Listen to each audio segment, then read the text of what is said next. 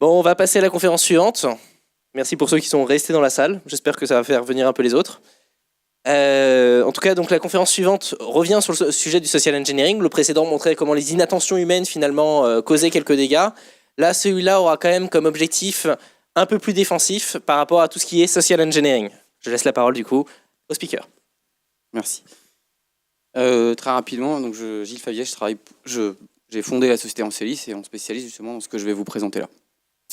Je commence par une petite anecdote que vous êtes peut-être à la source de ces problématiques, ou en tout cas des fois vous luttez contre, c'est ce fameux mail de phishing qu'on reçoit avec marqué en bien gros attention spam potentiel, et puis un certain nombre d'utilisateurs trouvent quand même qu'il est plus intelligent de cliquer et de consulter que de le mettre à la poubelle et de faire autre chose. Et à ce moment-là, en fait, on a souvent cette petite phrase qui est que le problème se trouve entre la chaise et l'écran. Et les Anglais en ont fait même un acronyme, donc c'est PIPCAC. Moi, je ne le connaissais pas, mais donc c'est Problem is between chair and keyboard. Et moi, cette situation, en fait, elle arrive régulièrement, vous le savez, mais je l'ai encore eu vendredi dernier chez un de mes clients où dès le matin, ils avaient une attaque de phishing ciblée. Et en fait, quand on dit ça, quand on dit que le problème se trouve entre la chaise et l'écran, ce qu'on critique au final, c'est la décision de notre interlocuteur, l'utilisateur, et c'est que nous on juge de toute façon irrationnel. Alors le problème, c'est qu'un individu rationnel, il aurait les capacités dans toutes ses décisions d'intégrer l'ensemble de ses connaissances, des données auxquelles il a été sensibilisé pour adapter son comportement, et là en l'occurrence pour ne pas cliquer. Donc c'est un petit peu ambitieux en fait pour un simple utilisateur. J'ai vu qu'on critiquait les sysadmins tout à l'heure, alors je me dis pauvre utilisateur, il est loin derrière. Du coup, présenter tout ce qu'il y a à la rationalité, ça sera un petit peu compliqué. Par contre, via des exemples, c'est intéressant parce qu'on peut comprendre quand est-ce qu'on est irrationnel. C'est utilisé en social engineering, on l'a dit, mais ça peut être utilisé d'une autre façon. C'est pour essayer de protéger justement l'entreprise et mieux comprendre pourquoi les gens agissent d'une façon ou d'une autre, et du coup les aider à sécuriser. Donc on peut sécuriser aussi de cette façon-là. Alors, je fais juste une aparté pour ceux qui étaient au FIC. L'année dernière, en 2018, dans les sujets de la plénière d'ouverture, il y avait comment maîtriser le facteur humain et le risque utilisateur. Si jamais il y en a qui y vont cette année, il y a un peu quelque chose de similaire. Ils veulent replacer l'utilisateur au centre du jeu dans l'approche by design. Je trouve que ça fait écho avec la conf juste avant. Au final, l'administrateur ou le concepteur du logiciel, c'est aussi un utilisateur qui est assis entre la chaise et l'écran et qui peut oublier des choses et se tromper. Alors, donc je prends un premier exemple, en fait, c'est ces deux tables. Donc si vous regardez, normalement, vous devez avoir l'impression à peu près saine que la table de droite est plus longue que la table de gauche. Pardon, que la table de gauche, c'est à l'envers pour moi, la table de gauche est plus longue que la table de droite. Si je rajoute un petit peu d'aide sur ces deux tables, ça vous donne pas plus d'informations. Par contre, si je vous dis de me faire confiance sur le fait que j'ai pas triché, et j'ai vraiment pas triché, les deux tables font exactement la même taille. Et si j'enlève cette aide, en fait, l'illusion, elle reprend tout son effet. Le point assez simple, c'est juste de dire que si pour quelque chose qui est aussi performant que la perception visuelle qui nous permet de lire, de coder, de reconnaître les visages, eh bien c'est aussi simple de tromper l'esprit. Est-ce que pour quelque chose de plus complexe, savoir le processus de décision, est-ce que je peux pas aussi tromper votre esprit et vous amener dans une direction ? Je peux passer ce slide-là, je peux le passer si vous voulez vérifier après. Il n'y a pas de problème. Alors un autre exemple, une démonstration qui est plus liée justement là à l'esprit et non pas juste à la perception visuelle, c'est ce qu'on appelle l'effet d'ancrage. C'est une expérience qui a été réalisée un grand nombre de fois, et notamment les premières fois où elle a été réalisée, c'était au MIT, avec des étudiants en économie, mais aussi avec des économistes qui étaient venus pour un séminaire, à qui on a fait passer cette expérience. Et alors, elle se déroule de la façon suivante. On vous fait remplir un questionnaire, et dans ce questionnaire, on vous demande, la première question qu'on vous pose, c'est de décrire les 2 derniers chiffres de votre numéro de sécurité sociale. Et ensuite, on vous demande de dire combien vous seriez prêt à payer pour un certain nombre d'items. Donc, dans la liste, il y avait notamment un clavier sans fil et une souris sans fil. Alors, la dernière fois que j'ai fait le test dans une conférence, il y a quelqu'un qui m'a dit un clavier sans fil, moi je mets 0 parce que c'est pas sécurisé. Donc, c'est pas l'objet de la conf. Et il est là ce soir en plus. Et en fait, qu'est-ce qui relie les réponses de toutes les personnes à ce questionnaire ? Eh bien, c'est pas leur niveau de vie, c'est pas leur salaire, c'est pas leurs origines ni quoi que ce soit. En fait, c'était leur numéro de sécurité sociale. Et comment ça se montre, en fait, c'est que ceux qui avaient les 2 derniers chiffres de numéro de sécurité sociale qui terminaient par 80 et 99, ils étaient prêts à payer 3 à 4 fois plus cher que ceux dont le numéro de sécurité sociale était entre 0 et 20. Ce qui n'est pas spécialement logique, ce qui n'est pas spécialement rationnel. Et pourtant, ça marche. Alors, Ça, donc, c'est un effet d'ancrage, c'est un exemple. Et en fait, c'est une modification qu'on pourrait quasi imperceptible de votre environnement. Ça peut être une simple question qu'on vous pose qui va vous influencer. Et qui a un effet, par contre, quantifiable et mesurable vraiment sur votre comportement. Et ça, de façon plus générale, c'est ce qu'on a vulgarisé dans un terme qui s'appelle le nudge. Donc le nudge, c'est c'est une suggestion vers une décision vertueuse, mais qui ne réduit pas les choix possibles ni ne les rend plus coûteux. Donc là, on vous a pas forcé à écrire un chiffre plus élevé, on vous a juste orienté un petit peu dans une direction. Un nudge que moi j'aime bien, donc il y en a qui sont très connus, mais moi j'aime bien celui-là parce qu'en fait il est très utile. C'est ce passage clouté qui est dessiné qui donne un effet 3D quand vous arrivez là d'ici. Ça marche pas dans le sens évidemment. Eh bien, les automobilistes ont tendance à freiner beaucoup plus fort sur ce type de passage clouté que sur les passages cloutés traditionnels. Et c'est très intéressant. Et même ceux qui sont déjà passés, parce que l'expérience elle le fait pas une fois et puis ok c'est cool, on a un effet, on s'en va. Même les automobilistes qui sont déjà passés et qui repassent, ils continuent de freiner plus à cet endroit-là que sur le passage clouté d'avant ou celui d'après. Donc c'est vraiment efficace. Alors là, c'est un petit peu donc je vous ai donné 2-3 éléments sur comment est-ce qu'on fonctionne, comment est-ce qu'on peut voir mettre en évidence l'irrationalité. C'est quoi le lien avec la cybersécurité? Alors moi, j'en vois beaucoup, mais quelque chose que je trouve très intéressant, c'est que c'est très très pâle, mais c'est qu'en cybersécurité, en fait, on est à la croisée de beaucoup de disciplines. En fait, on doit faire des maths, de la physique, savoir faire de la soudure. Il faut savoir faire du système, du réseau, de l'architecture. Il faut même connaître la loi pour ceux qui ont ces problématiques à traiter, à savoir ne pas aller pirater n'importe quoi, à part votre propre machine. Et puis en sciences cognitives, ce qui est intéressant, c'est que au milieu, alors du coup on le voit plus du tout. Vous avez un bonhomme ici. Donc au milieu, on a le facteur humain, donc ce problème qui est assis entre la chaise et l'écran. Alors les sciences cognitives ou les neurosciences cognitives, j'utilise les deux termes. C'est aussi à la croisée de plusieurs compétences. C'est-à-dire quand vous voulez en faire et comprendre un peu ce qui se passe, vous avez besoin d'avoir des connaissances en biologie, en neurologie, en anthropologie, en linguistique, en philosophie, etc. pour vraiment comprendre globalement tous les concepts. C'est comme un bon expert en cybersécurité. Il sait vraiment comment fonctionne la machine de haut en bas. Là, il faut connaître un petit peu l'humain, un peu de haut en bas aussi. Mais l'intérêt, c'est qu'en fait, les sciences cognitives, leur objet, c'est justement de comprendre le fonctionnement de l'esprit et de l'intelligence. Donc, si vous comprenez mieux comment fonctionnent les gens, vous pouvez, oui, les attaquer. Vous pouvez, oui, les forcer, les faire cliquer sur un lien. Vous pouvez aussi les aider à ne pas cliquer sur un lien. Pourquoi ça marche?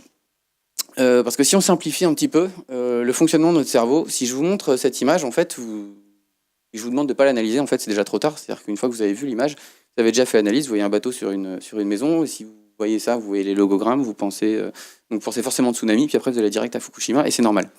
Et donc ça, c'est incontrôlé, vous êtes obligé de le faire. Vous ne pouvez pas vous retenir de faire cette analyse. Par contre, si je vous demande de faire l'opération qui est à droite, c'est très facile, en fait, de ne pas faire cette opération. Et en fait, ça, c'est un mécanisme qui a été décrit, c'est une vision simplifiée du fonctionnement de l'esprit, mais qui est quand même très, très, très utile et très intéressante. C'est les deux vitesses de la pensée. Donc, c'est un livre de Daniel Kahneman qui est prix Nobel d'économie en 2002, sachant qu'il est psychologue, donc il n'est pas économiste. Mais il a expliqué justement les comportements irrationnels dans les choix économiques. Et il dit donc on fonctionne de deux façons. Donc, le système 1, qui est intuitif, rapide, émotionnel, et surtout, il est incontrôlé, donc on ne peut pas l'empêcher de fonctionner. Et le système 2 qui est lent, réfléchi et qui permet justement de décoder un malware et d'y passer des heures et à la fin d'y arriver. Donc on a un système rapide et un système lent et puis en fait notre cerveau il jongle entre les deux en fonction de ce qu'il doit faire. Alors en sciences comportementales en fait on considère que si on veut agir sur le comportement des gens, on a 9 leviers. Moi je vais vous en décrire 3, ça me permet de garder un avantage. Le premier c'est les gains. Donc les gains, je vais vous demander de participer juste à main levée, donc ça passera pas à l'image, mais juste participer à main levée. Donc je vous propose de jouer à 2 paires de loterie. Donc la première paire de loterie, c'est celle-ci. Vous avez le choix entre la loterie L1 où vous avez 100% de chance de gagner 5 000 €, et puis la loterie L2 où vous avez une chance sur 2 de gagner 10 000 et une chance sur 2 de gagner 0. Qui préfère jouer à la loterie L1? J'ai une belle majorité, c'est bien. Et deuxième, donc ça c'est donc d'un point de vue statistique, c'est normal. Et puis deuxième paire de loterie, désolé, je vous ai montré un truc, mais c'est l'idée inverse, c'est dans les pertes. Donc vous avez la loterie L3, vous avez 100% de chance de perdre 1 000 €, et puis la loterie L4, vous avez une chance sur 2 de perdre 2 000, une chance sur 2 de perdre 0. Donc je pense que vous avez compris l'idée. Mais au final, ici, qui préfère jouer à la loterie L3? Qui veut être sûr de perdre 1000 balles? Il y a plus grand monde. Et c'est tout à fait normal. En fait, si je remets les deux ensemble, voilà ce que ça nous dit.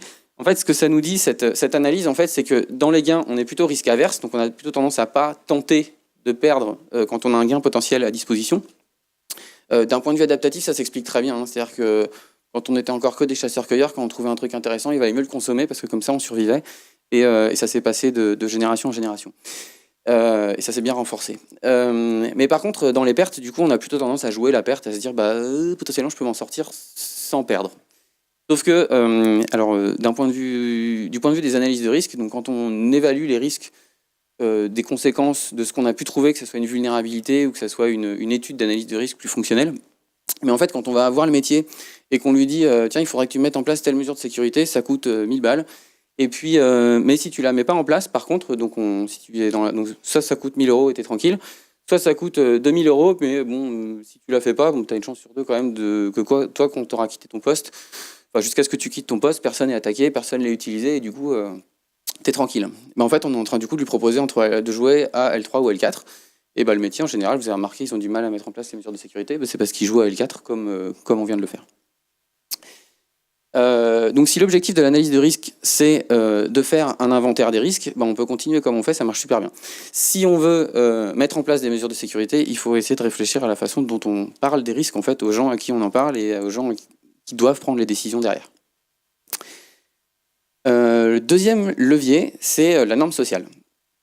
Alors, la norme sociale, c'est quelque chose qui est très étudié. Je vais prendre un exemple qui est celui qui vient de l'Agence européenne de l'environnement, qui a dans ses missions d'aider les ménages à réduire leur consommation d'énergie.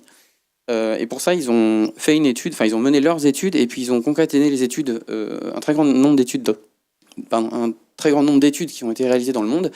Et ils ont testé, du coup, ils avaient les résultats d'analyse sur 4 techniques qui utilisent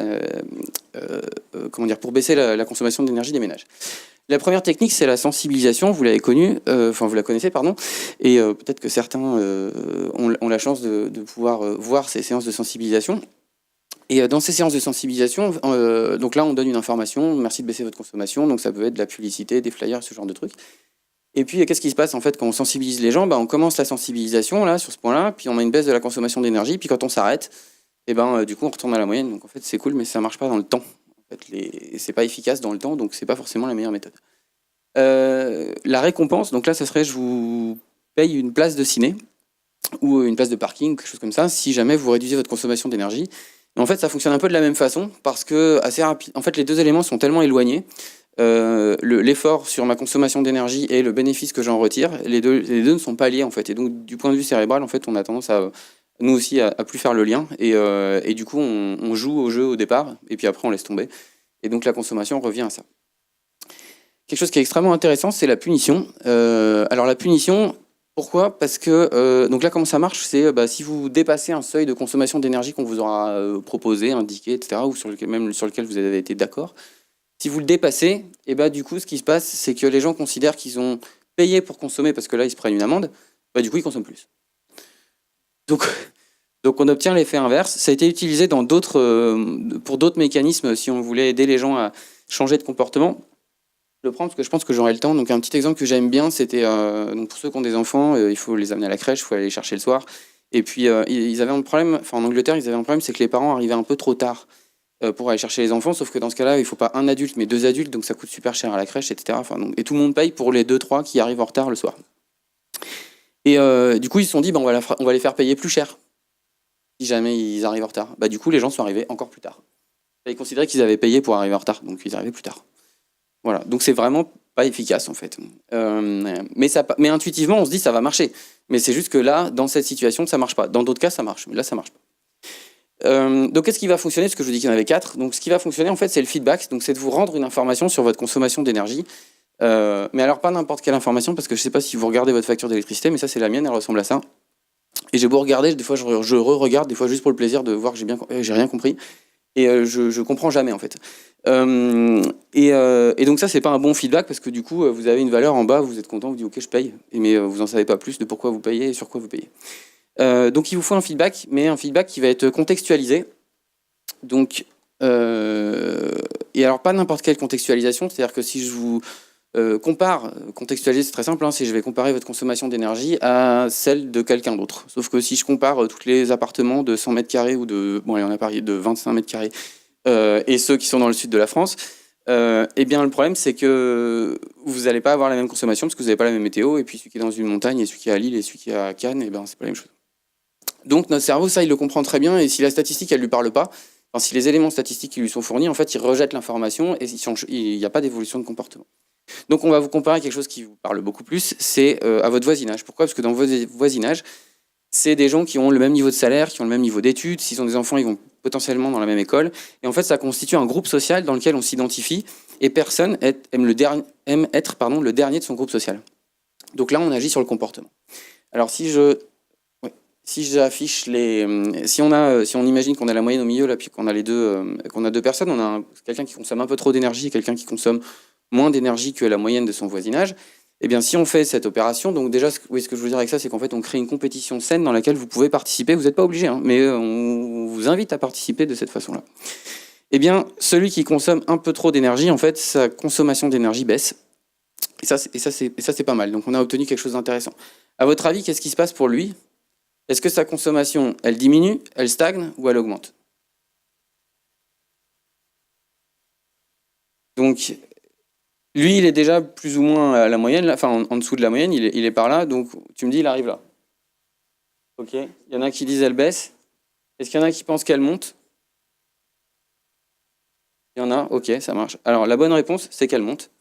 Et la bonne réponse, c'est qu'elle monte. Et pourquoi ? Parce qu'en fait, lui, qu'est-ce qu'il se dit ? Donc ça, c'est vraiment les expériences montrent ça. Hein. Enfin, c'est mesuré. Et pour lui, qu'est-ce qui se passe ? En fait, il considère que son effort, il était trop important par rapport à la moyenne. Et du coup, il se dit, je vais relâcher mon effort et il consomme un peu plus d'énergie. Et donc, on n'a pas du tout gagné parce qu'on a vraiment un effet croisé. Donc, si on ne veut pas avoir cet effet croisé, qu'est-ce qu'on fait ?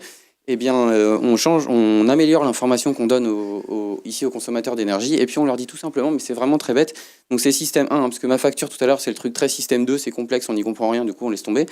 Et un truc très système 1, c'est juste ces petits smileys sur la facture, c'est vraiment ce qui a été testé.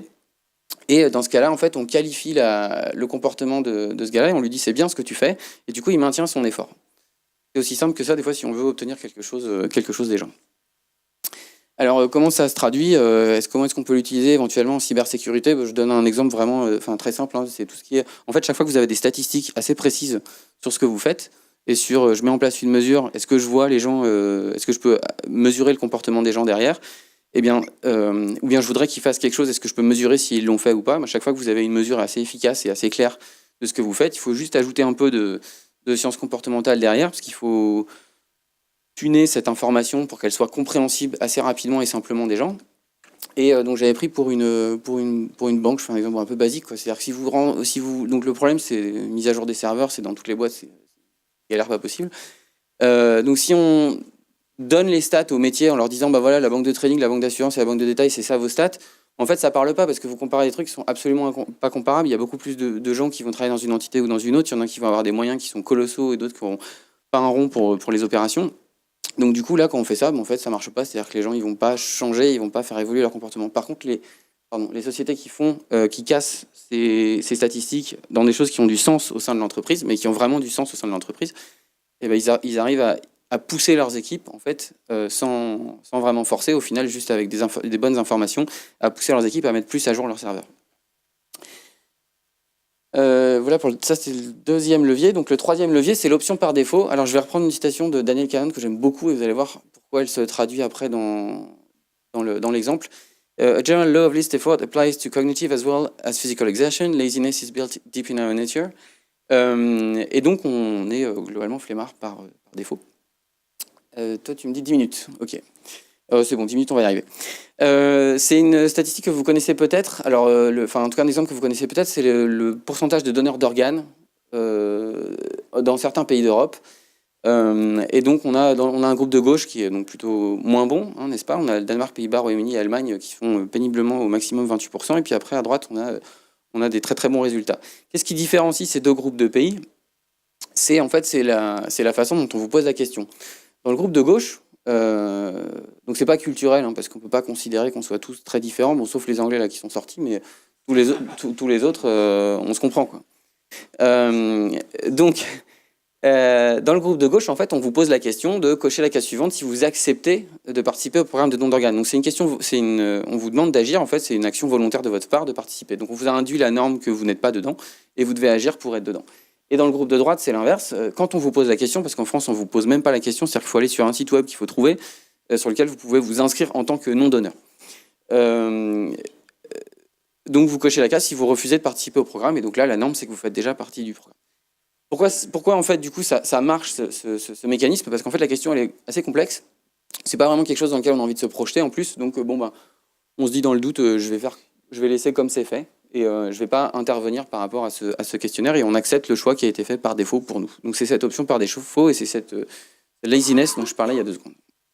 Alors ce qui est intéressant dans ces stats, c'est pas seulement le choix par défaut, parce que, alors, une façon d'utiliser le choix par défaut, vous l'avez sûrement vu donc dans Gmail, hein, c'est que quand vous avez un mail avec une pièce quelque chose de malveillant dedans, ils vous le mettent pas dans votre inbox avec marqué attention spam potentiel, hein, ils sont beaucoup plus intelligents, ils le mettent dans les spams. Donc du coup déjà vous n'y avez pas accès, et en plus si vous voulez le lire, il faut le ramener dans votre inbox. Donc on vous demande de faire 2 actions. En fait c'est exactement la même chose que ça, on vous fait un choix par défaut pour vous, c'est malveillant. Et c'est marrant parce que beaucoup d'entreprises ne profitent pas de cette opportunité qu'elles ont, parce qu'elles pourraient directement mettre les règles dans les boîtes mail. Tout ce qui ressemble à ça, parce que nous on le sait, c'est le anti-spam qui l'a détecté, on va le mettre dans la boîte des spams. Alors ce qui est intéressant aussi dans cette statistique, c'est pourquoi est-ce que les Pays-Bas ils sont à 28%. Pourquoi est-ce qu'ils sont bien meilleurs que les autres, et alors extrêmement meilleurs que le Danemark? Eh bien c'est très simple, c'est qu'en fait quelques années auparavant, avant que cette étude soit lancée, eh bien ils avaient lancé une campagne de sensibilisation à l'échelle du pays dans laquelle ils suppliaient véritablement leurs concitoyens de participer au programme de don d'organes. Et ça nous donne une stat intéressante, c'est que la sensibilisation, c'est un degré d'efficacité qui est de 28% dans le cas du don d'organes. Donc ça peut nous laisser rêveurs, en tout cas, sur l'efficacité de la sensibilisation en cybersécurité. On a quelque chose, hein. J'ai pas dit qu'on n'avait rien. C'est juste qu'il ne faut pas considérer que c'est le seul moyen de parler aux utilisateurs. Et que ça va être très très efficace. Le point suivant, donc du coup, alors qu'est-ce qu'on fait pour ne pas faire que sensibiliser? Donc là, ça c'est tout ce qui est sensibilisation. Pour moi, c'est les séminaires d'intégration, les affichages, les mailings, la sensibilisation avec l'e-learning, tout ce que vous voulez. La meilleure étape qu'on a créée aujourd'hui, c'est de faire des campagnes d'email d'entraînement.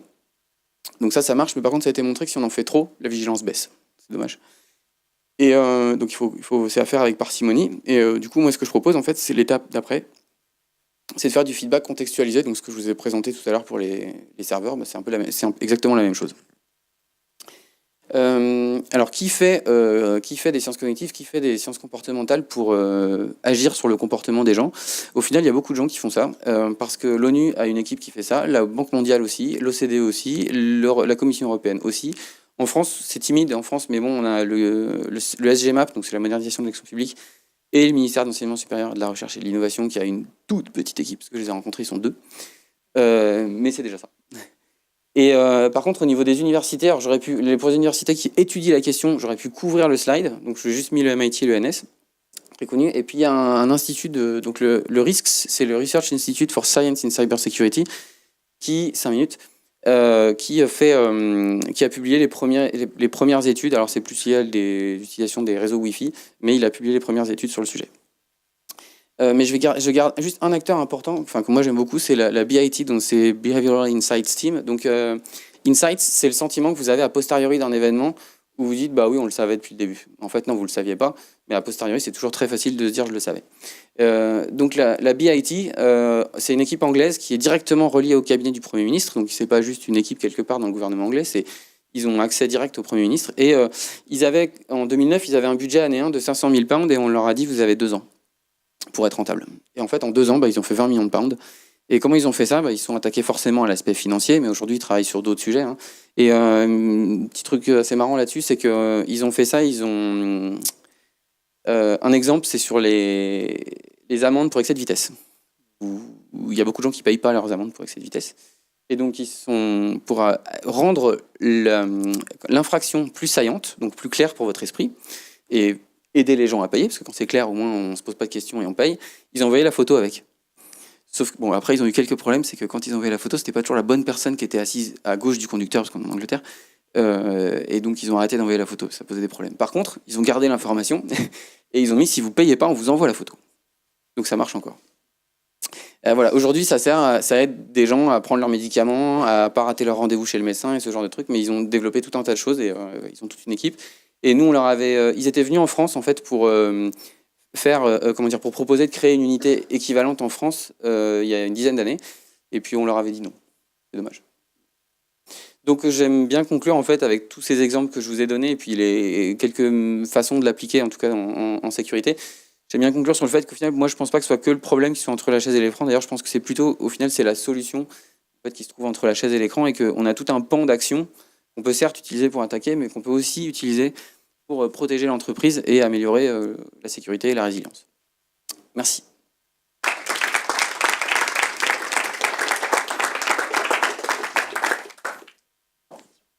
Et ouais, s'il y a une ou deux questions.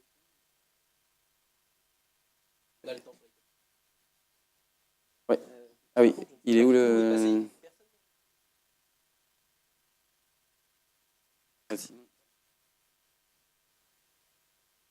Merci beaucoup.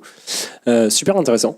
Est-ce que tu as pu voir la différence dans tes missions au sein de certaines équipes sécurité, justement sur l'impact que tu avais sur le comité directeur quand tu leur présentes par exemple une analyse de risque ou quand tu leur présentes les statistiques de serveurs? En appliquant ça, est-ce que tu as pu voir vraiment une différence de prise de décision? Aborder plusieurs trucs alors. Sur la partie serveur, moi c'est pas quelque chose que j'ai mis en œuvre personnellement, par contre c'est quelque chose que j'ai trouvé qui n'était pas fait chez certains clients et fait chez d'autres clients.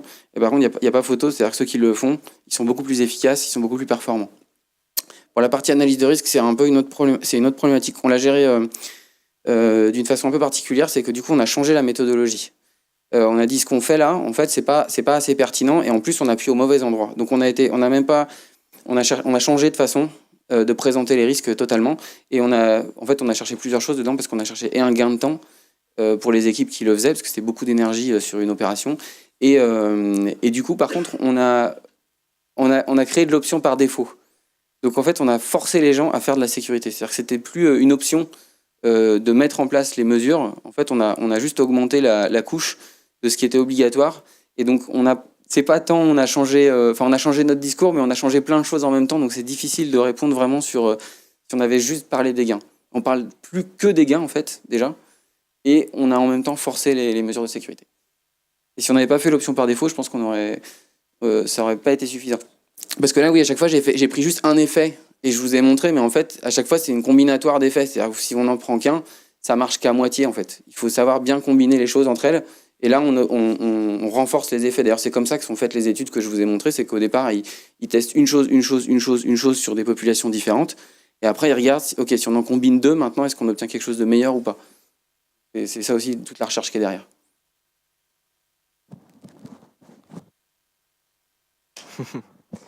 Là, du coup, c'est plutôt le côté sécurité, mais est-ce qu'on rencontre des attaquants qui utilisent ces mêmes leviers? Ah ouais, tous les jours. En fait, ils utilisent exactement la même chose. Je suis pas sûr qu'ils soient conscients des notions de sciences comportementales précisément qui sont derrière, de tous les termes techniques qu'on peut trouver en neurosciences qui justifient pourquoi on a tel comportement. Par contre, ils ont très bien compris comment ça marche. Et le mail qui vous dit, vous savez, ce truc au Nigeria là, où vous allez potentiellement récupérer de l'argent d'une grande tante que vous connaissez pas, ben, c'est l'appât du gain en fait. Et sur un gain sûr, on n'a pas envie de perdre. Et là, au final, au départ, c'est un engrenage. Et puis c'est un engrenage long, c'est-à-dire que donc ça, c'est de la théorie de l'engagement. Et du coup, on vous demande de faire un petit truc, puis un deuxième, puis un troisième, puis un quatrième, puis en fait, au fur et à mesure, vous en faites de plus en plus. Et quand vous êtes trop avancé dans l'engrenage, vous pouvez plus. Enfin, c'est très difficile de revenir en arrière.